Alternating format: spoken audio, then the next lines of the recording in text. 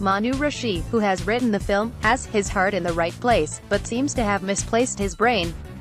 Rating: Cast: Abhay Deol, Manu Rishi, Patralekha, Rajesh Sharma, Sapna Chaudhary, Manoj Pahwa Director. Faraz Haider Some films are so annoying and loathsome that they don't deserve a review.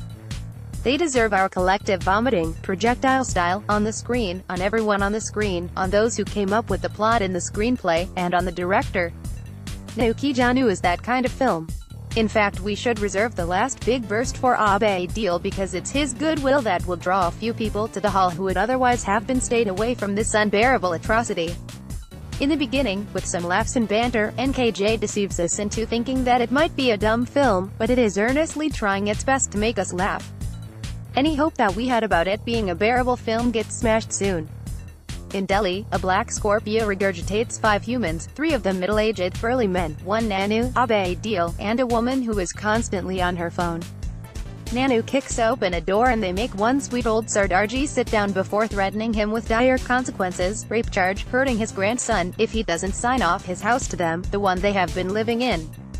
That's their business, and they are rather proud of it. They also seem to have the business model down pat. They rent a place, then they buy it, after threatening the owners and paying them the minimum basic. After one such outing, the 4 men walk into what looks like a shoddy.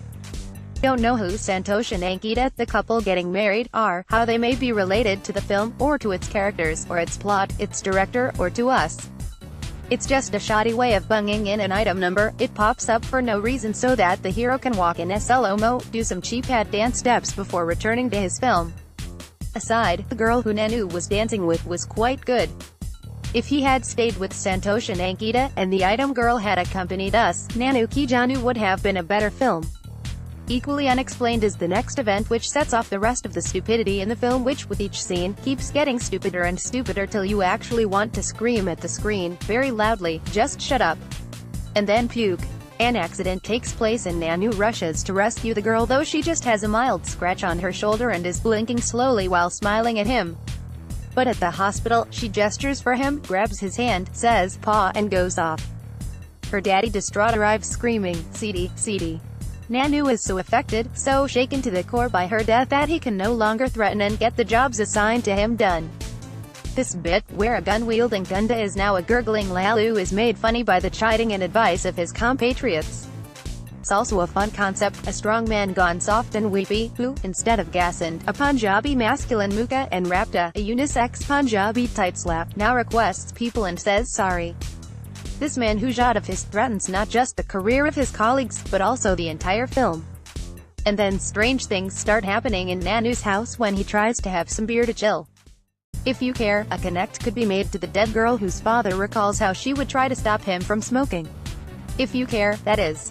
I didn't, because here on we have a neighborhood girl who is called Phantom playing with a ball and making very strange faces while the kitchen chimney has become haunted, yielding, at random, long, unconditioned hair or blue hands. Some of the scenes are funny in a slapstick way, like when people get hung upside down, or grown men start shaking at the shenanigans of a bhootni.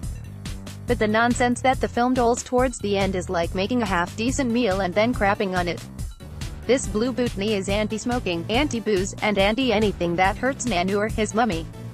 She is excellent wife material as she likes to clean, except when it comes to beer bottles, which she likes to smash. So, obvio, Nanu falls in love with her. I mean, who wouldn't with an invisible person who cleans your house and doesn't ask for a raise? Apart from slap therapy from the bhootni that the abusive husband in the building receives, she subjects us to many things bizarre and bloody boring. They are so bad that they need to be told. Blue bhootni and Nanu go on dates. Like real ones, in a park, in the rain with a chata, have coffee together, chat. And because her father has kept her as a large ice cube, she bursts out of it to hug him and deliver a very long lecture on the bad things that people do. She begins her harangue by talking about how the guy who was supposed to die, didn't die, and Yamraj instead took her because that man's wife was doing full power say puja in a mandir. Pa, Nanu, talking to each one about their bad habits, about being distracted by mobile phones, not wearing helmets, smoking, and more. I was scared that Yamraj himself may drop dead out of boredom and leave us with this lecturing bhootni. Manu Rishi, who has written the film, has his heart in the right place, but seems to have misplaced his brain. We get a brief scene about a Muslim man not stopping to rescue a girl who has met with an accident since he had mutton in his car which he thought would get him lynched. When Daddy is stopped from smoking, he lights up and we watch him enjoying it for a while. I sat through Nanu ki Jaanu because it's my job. It was a trip to hell and back. You have no reason to suffer it.